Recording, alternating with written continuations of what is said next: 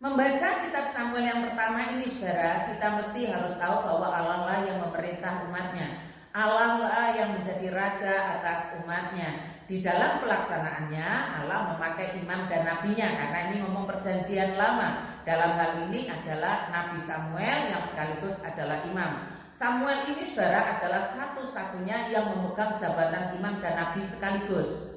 Memang bukan nabi yang pertama, tapi memegang jabatan imam dan nabi yang pertama. Siklus Allah memerintah dalam kitab Samuel ini sangat jelas. Namun, saudara, rupanya umat Allah memberontak dan menuntut seorang raja yang sama dengan bangsa-bangsa lain. Tuhan bersabda kepada Samuel demikian, sebab bukan engkau yang mereka tolak, tetapi akulah yang mereka tolak, supaya jangan aku menjadi raja atas mereka.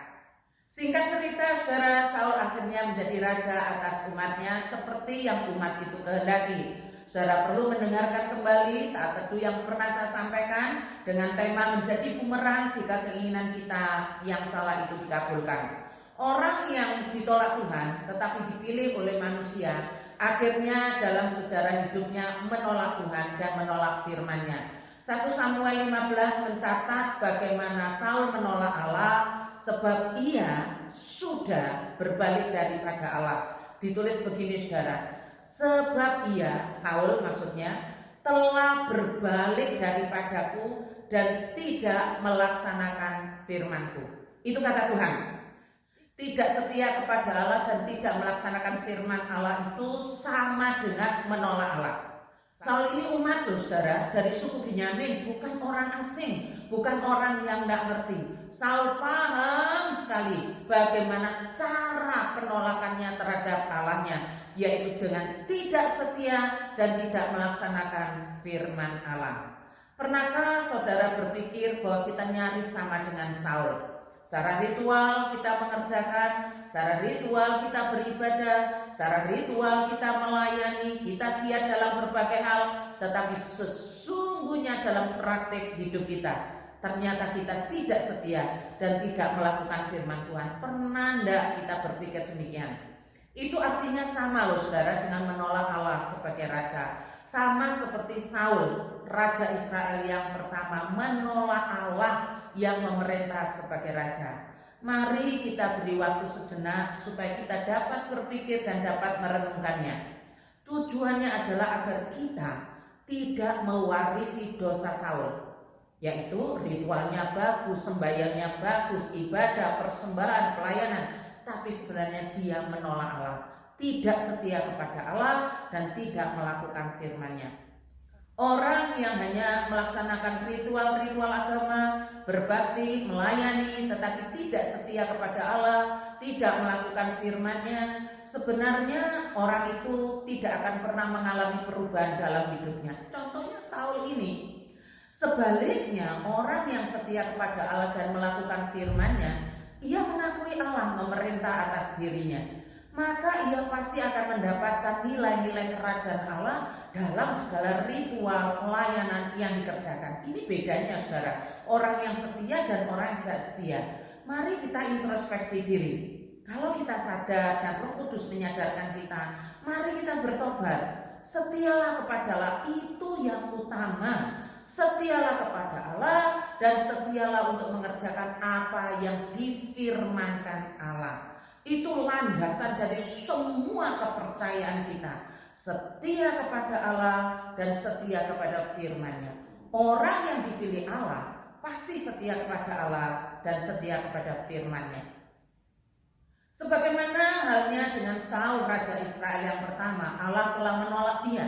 Respon orang yang ditolak Allah adalah dengan menolak apa yang Allah pilih. Coba perhatikan, saudara. Respon orang yang ditolak Allah adalah menolak juga apa yang Allah pilih. Allah telah memilih Daud untuk menggantikan Saul. Saul tahu persis itu. Respon Saul adalah menolak Daud dan hendak membunuh Daud. Coba saudara perhatikan pola-pola yang terjadi di sini. Allah menolak Saul, maka Saul juga menolak pilihan Allah, yaitu Daud. Segala daya upaya dikerahkan untuk memburu Daud. Dalam 1 Samuel 22 ini, Daud sampai bersembunyi di gua Adulam. Bagaimana pikiran dan perasaan Daud ketika dalam persembunyiannya karena dikejar-kejar oleh Saul itu dicatat dalam Mazmur 142.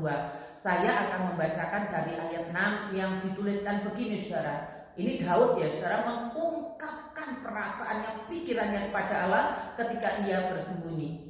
Aku berseru-seru kepadamu ya Tuhan, kataku. Engkaulah tempat perlindunganku, bagianku di negeri orang-orang hidup. Perhatikanlah teriakku, sebab aku telah menjadi sangat lemah. Ini pengakuan Daud. Lepaskanlah aku daripada orang-orang yang mengejar aku, sebab mereka terlalu kuat bagiku.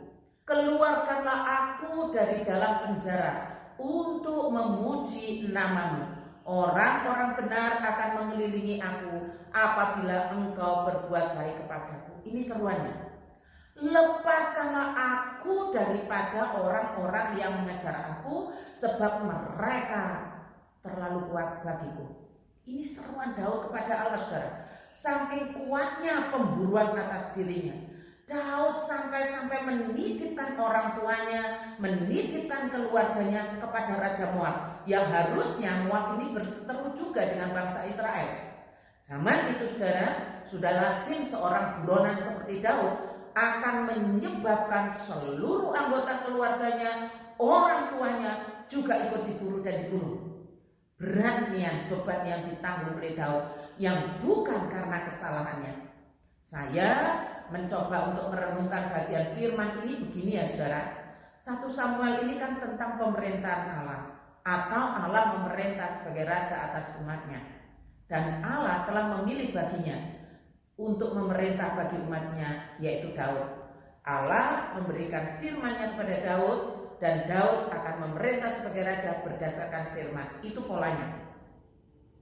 Pikiran kita selama ini, pikiran duniawi ya, saudara. Selama ini kan begini, orang yang dipilih Allah itu akan sukses, akan bahagia, akan aman-aman saja, akan diberkati melimpah, akan baik-baik saja, akan bisa kerjasama dengan semua orang, akan adem ayem, dan akan yang lain. Saya pun sebelumnya juga berpikir begitu.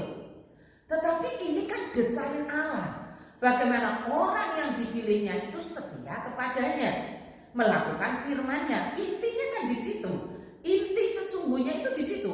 Orang yang dipilih Allah akan setia kepada Allah dan firman-Nya. Sementara orang yang ditolak Allah pasti tidak setia kepada Allah, menolak Allah dan menolak firman-Nya. Nah, kalau kita paham landasannya, bagaimana mungkin bisa kerjasama? Bagaimana mungkin bisa adem ayem? Bagaimana mungkin akan baik-baik saja? Persoalannya kan setia kepada Allah dan melaksanakan firman-Nya. Ini sama persis dengan pemerintahan Allah saat ini atas gerejanya. Allah memerintah kita dengan firman dan roh-Nya. Sekalipun dalam satu kelompok, tetapi ternyata tidak sama-sama setia kepada Allah, tidak melakukan firman-Nya, ya pasti tidak bisa kerjasama. Karena tidak sama rohnya, ya tidak bisa adem ayem. Dan itulah yang dialami oleh Daud. Dalam kesukaran yang hebat, termasuk bersembunyi di gua Adulam, sampai orang tuanya, keluarganya juga diungsikan, Daud yang dipilih Allah ini tetap setia kepada Allah dan firman-Nya. Bahkan ketika diberikan nasihat oleh seorang nabi yang bernama Gad, Daud menurut. Tidak karena dia sudah diurapi, semua terserah dia. Tidak. Dinasihati oleh seorang nabi yang bernama Gad, Daud menurut. Orang yang dipilih Allah dalam keadaan apapun, termasuk yang paling sulit sekalipun, ia akan tetap setia kepada Allah-Nya dan melakukan firman-Nya. Saat ini, saudara, Allah memerintah sebagai raja atas gerejanya dengan firman dan roh-Nya. Ingat, Allah memerintah dengan firman dan roh-Nya. Dan Allah memakai orang-orang yang menduduki jabatan seperti jabatan majelis, hamba Tuhan, menjadi kepanjangan tangan Allah. Lagi, saudara, menjadi kepanjangan tangan Allah. di mana Allah memerintah dengan firman dan rohnya. Apakah kita setia kepada Allah dan melakukan firman-Nya? Ini kan persoalan masing-masing tanggung jawab pribadi, nanti dampaknya di dalam kelompok. Atau sebenarnya kompromi dengan ketidaksetiaan dan mengabaikan firman Allah. Ndak popola wis, apa seperti itu? Yang penting adem ayem perkara firman diabaikan, ya sudah. Oh, tidak bisa saudara. Ini yang Tuhan katakan seperti yang Tuhan rancang atas Daud dan Saul. Jemaat dalam hal ini yang memilih majelis ikut bertanggung jawab sebab mereka dipercaya untuk memilih majelis.